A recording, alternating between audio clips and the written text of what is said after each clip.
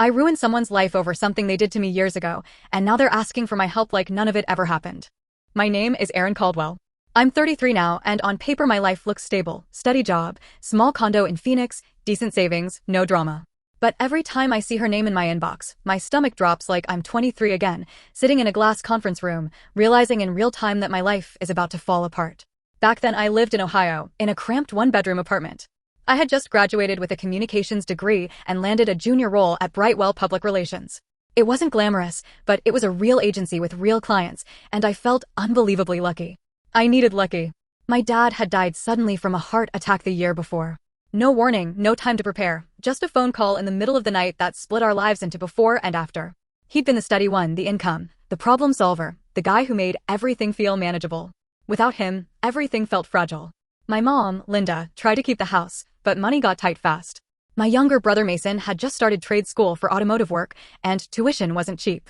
So even though I was barely making entry-level pay, a chunk of every paycheck went straight back home. Failure wasn't an option. If I lost that job, it wouldn't just be embarrassing. It would hurt people I loved. Brightwell had that typical agency vibe: exposed ductwork, whiteboards covered in color-coded deadlines, coworkers who drank cold brew like it was oxygen. Everyone talked about client satisfaction and brand alignment like they were sacred values instead of corporate buzzwords. I was the youngest employee by almost a decade. I volunteered for everything. Stayed late even when no one asked me to. Triple-checked emails so I wouldn't look stupid. I laughed at jokes that weren't funny. I was terrified of being seen as disposable. Then Victoria Hale noticed me. Victoria was the director of client relations, basically one step below the executives. Late 40s, tall, immaculate posture, hair that never moved out of place. She had that calm, controlled energy that made people quiet down when she entered a room. Clients loved her. Upper management trusted her. Junior staff were intimidated by her. So when she stopped by my desk one afternoon and said, "Erin, do you have a minute?" I felt like I'd been called into the principal's office and chosen for a scholarship at the same time. She asked me to join her for coffee across the street. I remember walking beside her, trying not to trip over the uneven sidewalk, hyper-aware of how cheap my flats looked next to her heels. At the cafe, she didn't order right away. She just studied me for a moment in this assessing way, like she was deciding whether I was worth investing in. "You remind me of myself at your age," she said finally. I laughed nervously. "I hope that's a good thing." "It is," she said. "Ambitious. Responsible. A little too eager to please." That last part stung because it was true. She started asking about my background, where I grew up, why I chose PR, what I wanted long term. No one at work had shown that level of interest in me before. When I mentioned helping my family financially, her expression softened in a way that felt almost maternal. "That's a heavy burden at your age," she said quietly. Something in my chest cracked open. I hadn't realized how badly I needed someone older, successful, composed, to say they saw me. After that, she became my unofficial mentor. She looped me into meetings I normally wouldn't attend, asked for my input on minor decisions, occasionally forwarded me articles about career development with little notes like, "Thought this might be useful." She praised me in front of others, calling me reliable and detail-oriented, words that felt like oxygen. I worked even harder to justify her faith. Sometimes we grabbed lunch together. She told me stories about climbing the corporate ladder in her 20s, how she'd sacrificed relationships and sleep to get where she was. She made it sound brutal but worth it, like survival of the strongest. Looking back, I shared way too much with her. I told her about my dad's death, about my mom crying over bills at the kitchen table when she thought no one was watching, about Mason almost dropping out because he didn't want to be a financial burden, about the constant fear that one mistake at work could unravel everything. She listened with this calm, sympathetic focus that made me feel safe, validated, chosen. "If you ever feel overwhelmed," she told me once, "come to me before it becomes a problem." I can't help if I don't know. I believed her. About 8 months into the job, Brightwell landed a massive account, a regional hospital network rebranding across multiple states. It was the biggest project the agency had taken on in years. Victoria was leading it, of course. Being assigned to her team felt like winning the lottery. The workload was insane.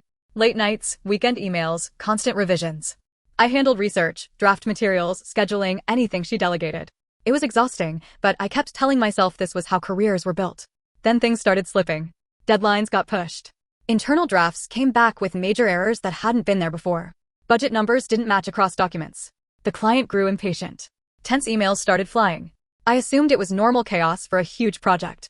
Nobody said otherwise. Until one Monday morning when a calendar invite popped up, mandatory project review, executive team present. My stomach dropped. Meetings with executives were rare and usually bad news. The conference room felt colder than usual, like the air conditioning had been turned up to freezing. The CEO sat at the head of the table. HR was there too, which made my pulse spike immediately. Victoria sat across from me, perfectly composed, hands folded neatly over a leather portfolio. She gave me a small reassuring smile. I clung to it. The CEO began outlining serious concerns about the hospital account, missed milestones, inconsistent data, client dissatisfaction. As he spoke, a slide presentation appeared on the screen behind him. It was a timeline. Each problem point was mapped to specific deliverables, with my name attached. I remember blinking at the screen, waiting for the mistake to become obvious. Waiting for someone to say, "Oh, sorry, wrong file." But it kept going. Emails I supposedly sent. Drafts with tracked changes attributed to me. Budget sheets marked as prepared by Erin Caldwell. Even meeting notes suggesting I had misunderstood instructions. None of it matched my memory. My heart started pounding so hard I could hear it in my ears. I opened my mouth to speak, but the words tangled somewhere between my brain and my throat. "That's not," I started, then stopped because I didn't even know how to finish the sentence. Victoria leaned forward slightly, her voice calm, almost regretful. "Erin has been under a lot of pressure," she said. "She's talented, but this project may have been too much too soon." Too much too soon. The phrase landed like a verdict. I tried again. I followed the guidelines I was given. "I don't think those numbers are." "Do you have documentation?" the CEO asked. Documentation. Proof. Something concrete. I had nothing organized. I'd trusted shared folders, verbal instructions, the assumption that we were all working toward the same goal. I didn't realize until that moment how exposed that made me. Victoria gave a small, sympathetic sigh. "She's still learning," she said softly. "We all made mistakes at that stage." Not we. Me. The meeting ended with phrases like internal review and next steps, but I knew. You don't bring HR into a room for a learning opportunity. The next afternoon, I was called into a smaller office. HR. A folder. My manager not quite meeting my eyes. They told me my position was being terminated due to performance issues related to the hospital project. Effective immediately. I don't remember everything they said after that. Just fragments, "Not a good fit, wish you the best, security will escort you." I walked out carrying a cardboard box with my desk plant, a mug Mason had given me, and the sick, hollow feeling that I had just failed at the one thing keeping my family afloat. Victoria didn't come to say goodbye. That night I sat on my apartment floor, surrounded by half-packed boxes, trying to figure out how to tell my mom that the money I'd promised wouldn't be coming anymore. And for the first time since my dad died, I felt completely, terrifyingly alone. Losing that job didn't just hurt my pride. It unraveled everything. Within 3 weeks, my savings were gone. Rent didn't care that I'd been fired unfairly, it was still due on the 1st. I remember sitting on the edge of my bed staring at my bank app, refreshing it like the numbers might magically change. They didn't. I tried to stay in Columbus at first. I sent out dozens of applications, tailored cover letters, followed up politely, then less politely. Interviews would start well until they asked why I left Brightwell. I never knew what to say. If I admitted I was fired, the tone shifted immediately. If I danced around it, they pushed harder. A few times I tried to explain the project issues, but without proof it sounded like excuses. One hiring manager actually said, "We're looking for people who take accountability." I walked to my car afterward and just sat there gripping the steering wheel until my hands went numb. By the second month, I was rationing groceries. Cheap pasta, canned soup, whatever was on clearance. My apartment started feeling like a waiting room for failure. Every corner reminded me I couldn't afford to be there. Eventually, I did the thing I had sworn I wouldn't do. I moved back in with my mom. She lived in a quiet suburb about 40 minutes outside the city, the same house I grew up in. Pulling into the driveway with my car packed full of boxes felt like time had reversed in the worst possible way. Mom hugged me at the door and said, "It's temporary, honey," in that careful voice people use when they're trying not to show how worried they are. Mason tried to act normal about it, but I could see the tension in his shoulders. A week later he told me he was dropping one of his classes because the tuition payment was overdue. "I'll pick it up next term," he said quickly. It's no big deal. It was a big deal. We both knew it. The guilt ate at me constantly. I couldn't sleep. My brain replayed that meeting over and over, trying to pinpoint where I had gone wrong. Maybe I had misunderstood instructions. Maybe I had missed something obvious. Maybe I really had been in over my head. Without evidence, doubt fills the gaps. Months passed. I took temporary jobs, retail, reception work, anything that paid. None of it used my degree. None of it led anywhere. My confidence eroded until I stopped recognizing the person I used to be. Friends from college moved forward with their lives, promotions, apartments, engagements. I stopped answering group chats because I didn't want to explain why I was stuck. Eventually, almost a year later, I landed an entry-level administrative role at a small logistics company. It wasn't PR, but it was stable. I clung to it like a life raft. I told myself the Brightwell disaster was behind me. Mostly, I believed it. Until 3 years later, when a message popped up on LinkedIn from someone I barely remembered, Brooke Sanders. She had been an account coordinator at Brightwell, a level above me but not part of leadership. Friendly, quiet, the kind of person who blended into the background. Her message was short. Hi, Erin. I know this is out of nowhere, but I've been meaning to reach out for a long time. I left Brightwell last year, and there's something you deserve to know. Do you have time to talk? My stomach tightened immediately. People don't say things like that for happy reasons. We scheduled a call that evening. I almost canceled twice. When she picked up, her voice sounded nervous, like she was bracing for impact. I don't know how to say this without sounding awful, she said. But what happened to you? It wasn't your fault. The words hit like a physical blow. She explained that during the hospital project, upper management had been quietly unhappy with Victoria's performance for months. Missed projections, client complaints, internal tension. Nothing catastrophic, but enough that her reputation wasn't as untouchable as it seemed. When the hospital accounts started failing, leadership wanted a clear explanation. According to Brooke, Victoria panicked. She started rewriting timelines, Brooke said. Moving responsibilities around. Editing shared documents so it looked like certain tasks were yours. My hands were shaking so badly I had to put the phone on speaker. Brooke admitted she had noticed inconsistencies at the time, but didn't speak up. Victoria controlled promotions, assignments, references, basically everyone's future at the agency. Challenging her would have been career suicide. You were new, Brooke said quietly. You didn't have allies yet. It was easier. Easier to sacrifice me than risk herself. I felt something inside my chest cave inward, like a building collapsing in slow motion. For years I had tortured myself trying to understand my failure. And now the truth was somehow worse. I wasn't incompetent. I was expendable. Why tell me now? I asked. There was a long pause. Because I keep thinking about your face in that meeting, she said. You looked so confused. And I didn't do anything to help. After we hung up, I sat in my apartment staring at the wall for hours. Part of me felt vindicated. I hadn't imagined it. I wasn't crazy.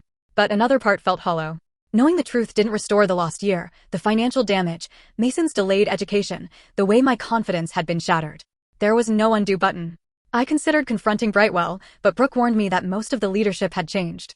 Victoria had left about a year after I did, moving to a larger company in another state. Any internal records would have been archived or rewritten. Legally, I had nothing. No proof. No leverage. Just a story. So I tried, again, to move on. Over the next few years, I rebuilt my career step by cautious step. I took online courses, pivoted into operations work, then compliance. It turned out I had a knack for policies, documentation, risk assessment, all the things I had neglected early on. Ironically, the experience that destroyed me also shaped what I became good at. By my early 30s, I was working for Solara Systems in Phoenix as a risk and ethics investigator. Not glamorous, not creative, but stable. Predictable. Safe. My job was to review internal complaints, financial irregularities, potential misconduct, then determine whether they required formal investigation. I liked the clarity of it. Facts, evidence, procedures. No office politics disguised as mentorship. Most days were routine. Expense reports, minor violations, occasional conflicts of interest. Nothing dramatic. Until one Tuesday morning when a new case file landed in my queue. I almost skipped over it. Just another audit flag, another name I didn't recognize. Then I read it again. Victoria Hale. My entire body went cold. For a moment I wondered if it was a coincidence. Common name, different person. But the attached profile photo removed any doubt. Same controlled smile. Same immaculate posture. A few more lines around her eyes, but unmistakably her. She was now vice president of operations at one of Solara's partner divisions. The report cited financial irregularities, questionable reimbursements, inconsistent expense documentation, possible misuse of departmental funds. Not outright theft, but enough to raise red flags. My role was preliminary review. Verify the paperwork, identify discrepancies, recommend next steps. Standard procedure. But nothing about this felt standard. I sat there staring at her name on the screen, my cursor blinking in the empty notes field, while memories I had carefully boxed up started clawing their way back out. The conference room. The timeline. The calm, sympathetic voice as she dismantled my career piece by piece. Part of me wanted to forward the case to another investigator immediately. Conflict of interest. Emotional involvement. Professional ethics. Then another voice, quieter but sharper, whispered. She didn't recuse herself when it was your life on the line. My hands hovered over the keyboard for a long time. Finally, I opened the file. Opening that file felt like crossing a line I couldn't uncross. At first, I told myself I was just doing my job. The system had assigned the case to me automatically. If there was a conflict, I could address it later. That sounded reasonable, professional, adult. It was also a lie. The truth was simpler and uglier. I wanted to see what had finally caught up to her. The report itself wasn't explosive. No secret offshore accounts, no dramatic embezzlement scheme. Just patterns. Expense reports that didn't quite add up. Reimbursements for travel that overlapped with personal dates.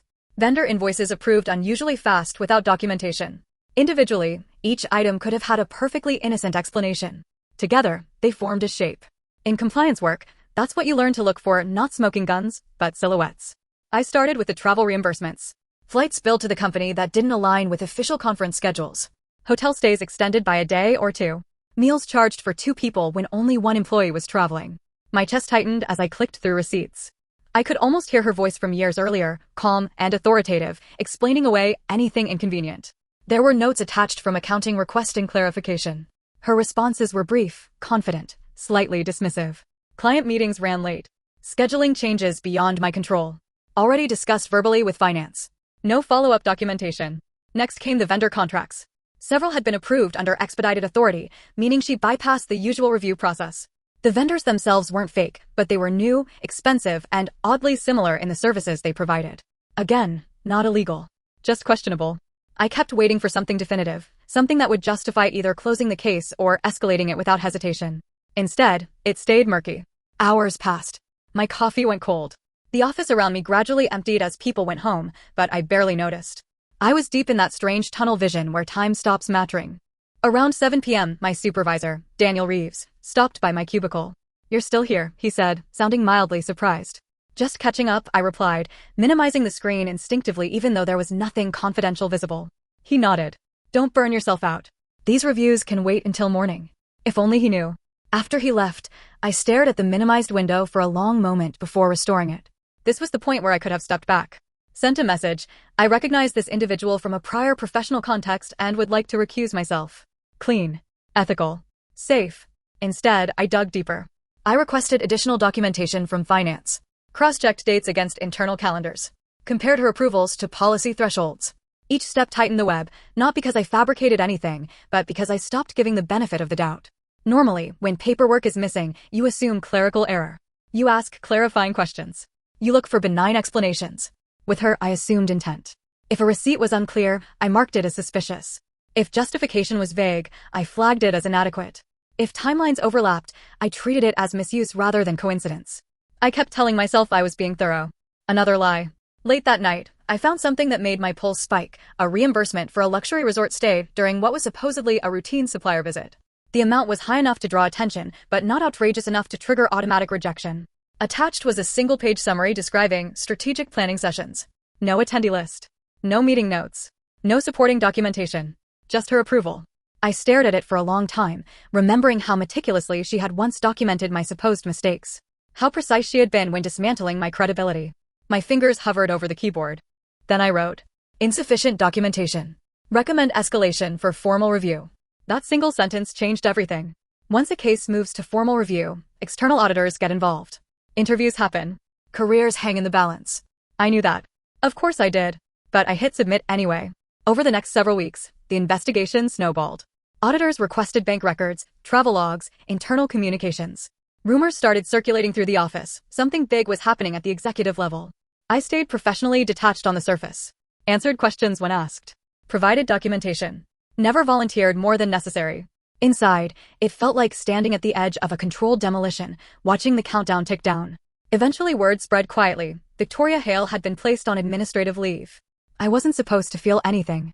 Compliance investigators are trained to stay neutral, to treat cases as processes rather than personal dramas. But when I heard, a surge of adrenaline shot through me so strong my hands trembled. This is it, I thought. This is what it feels like when the scales finally balance. A month later, the official announcement came through internal channels. Her employment had been terminated for cause following findings of policy violations related to financial conduct. No criminal charges.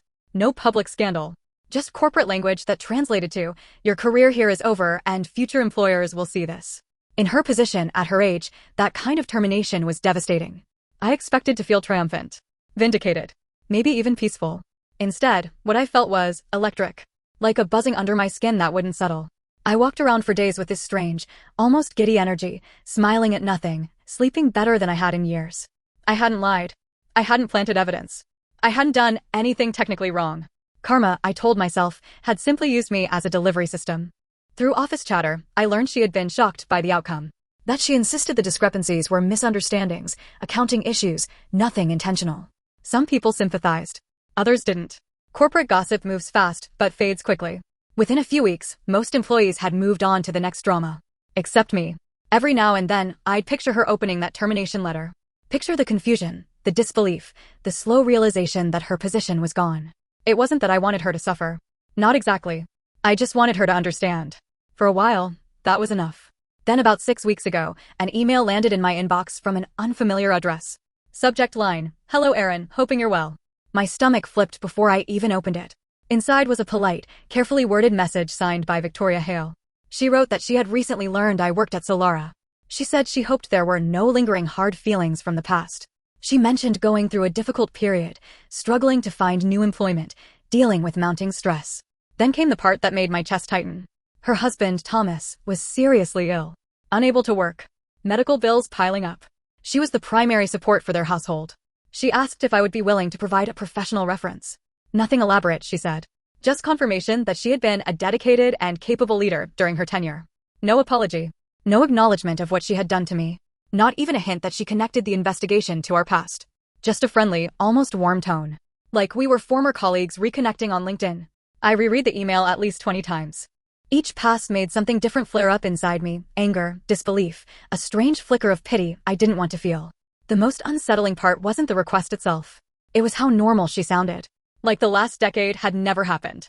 Like my life hadn't detonated because of her. Like we were equals now, politely exchanging favors. I sat there staring at the screen long after the office lights dimmed for the night, the cursor blinking in the empty reply box, realizing that whatever closure I thought I had was about to be tested. I didn't reply to her that night. I just sat there in the dim glow of my monitor until the automatic lights shut off and the office fell into that hollow after-hours silence. The kind where every sound feels too loud, your breathing, the rustle of your jacket, the click of your keyboard. Eventually, I closed the laptop without typing a single word. On the drive home, the city lights blurred together and my brain kept replaying the email in loops. Not the request itself, but the tone. Polite. Professional. Almost friendly. As if she genuinely believed there was no reason I wouldn't help. That part unsettled me more than anything. If she had apologized, I might have known what to do. If she had been defensive or bitter, that would have been easier too. But this neutral, almost warm version of her felt like talking to a stranger wearing the face of someone who had wrecked my life.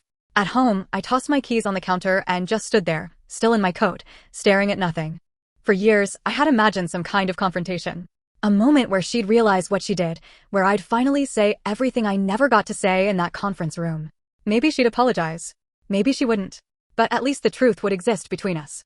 Instead, I had this. A polite request for a favor. I barely slept that night. Every time I drifted off, my brain dragged me back to old memories, the timeline on the screen, Mason quietly dropping classes, my mom pretending not to cry in the kitchen. Then it would snap forward to her email, her husband sick, her career gone, her asking me for help like I was a professional contact in her network. By morning, I felt wrung out.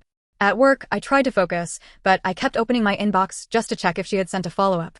She hadn't. The message sat there, unread by anyone else, a tiny digital landmine. During lunch, I finally called Mason. He answered on the second ring. "Everything okay?" "Yeah," I said automatically, then sighed. "No, not really." I explained the situation, trying to keep my voice neutral. By the time I finished, there was a long pause on the line. "You don't owe her anything," he said flatly. "I know. She ruined your life." "I know." "Then why do you sound like you're considering it?" "Because I didn't want to be the kind of person who lets bitterness define them. Because a sick spouse complicates things. Because some stubborn part of me still wanted to believe I was better than what she did. But none of that sounded coherent out loud. "I don't know," I admitted. He exhaled sharply. "Erin, I had to delay finishing school because of what happened. Mom almost lost the house. You had panic attacks for months. She never checked on you. Never apologized. And now she needs something. Suddenly you matter again." Hearing it laid out that plainly made my chest ache. "I just don't want to regret being cruel," I said quietly. "You're not being cruel," he replied. "You'd just be not helping." After we hung up, I felt even less certain. That evening, I called my mom. Her response was exactly what I expected and somehow still frustrating. "Take the high road," she said gently. "Kindness doesn't cost anything." Except it did. It had cost me a year of my life already. "Mom, she never even acknowledged what she did." "Maybe she doesn't realize," she said. "Or maybe she's ashamed. Or maybe she simply didn't care." Later, I met my friend Jenna for coffee. She listened to the whole story with wide eyes, then said, honestly, "I'd block her. That feels extreme." "Extreme is what she did to you." We sat in silence for a while, the low murmur of the cafe filling the gaps. Finally, Jenna leaned forward. "What do you actually want?" "Not what I should want. Not what a good person would want. Not what my family thought. What I wanted."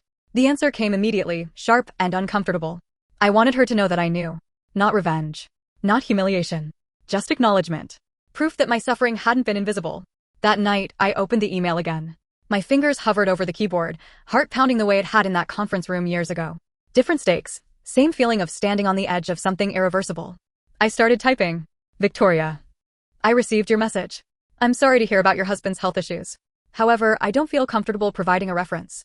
My experience working under you had significant negative consequences for my career and personal life, which were never addressed. I wish you the best moving forward. I read it over several times. It wasn't cruel. It wasn't detailed. It didn't accuse her of anything specific. But it also didn't pretend everything was fine. My finger hovered over send. Once I sent it, there would be no taking it back. No pretending I hadn't reopened this chapter. I thought about Mason. About my mom. About the version of myself at 23 who had walked into that meeting trusting everything would be fair. Then I clicked. The email whooshed away. For a few seconds, nothing happened. No thunderclap, no rush of relief. Just the quiet hum of my apartment and the faint ticking of the kitchen clock. I closed the laptop and sat there, waiting for some emotional reaction, anger, satisfaction, guilt. Instead, I felt tired. Not empty exactly. More like the exhaustion after carrying something heavy for too long and finally setting it down. She replied 2 days later. Her response was brief. I'm sorry you feel that way. That was never my intention. I wish you well. That was it. No admission. No denial. No explanation. Just a polite closing of the door. I stared at the message for a long time, trying to decode it. Was she genuinely oblivious? Minimizing? Protecting herself? Or simply unwilling to revisit the past? I'll probably never know. Weeks have passed since then. Life has settled back into its normal rhythm, work, errands, quiet evenings at home. The crisis feeling has faded, but something else has replaced it. Not peace exactly. More like acceptance that some stories don't get neat endings. Mason finished his certification last year and now runs his own small repair shop. My mom is stable financially. I'm doing okay. In most measurable ways, I rebuilt what was lost. And yet sometimes, usually late at night, I wonder what would have happened if I had just forwarded that case to someone else. If her career would still exist. If her husband would have had less stress. If I crossed a moral line even without breaking any rules. I also wonder if she ever connected the dots. If she knows I was the one reviewing her file. Or if, to her, I was just a name from a distant past who declined a favor. Maybe this is what closure actually looks like. Not justice, not forgiveness, just two people walking away from each other carrying completely different versions of the same story. I didn't help her. But I didn't destroy her either. Not really. I just didn't stop what was already happening. Still, sometimes I catch myself staring at my inbox, half expecting another message to appear, something that finally explains everything. It never does. And I don't know if that means the story is over, or if it never really had an ending to begin with.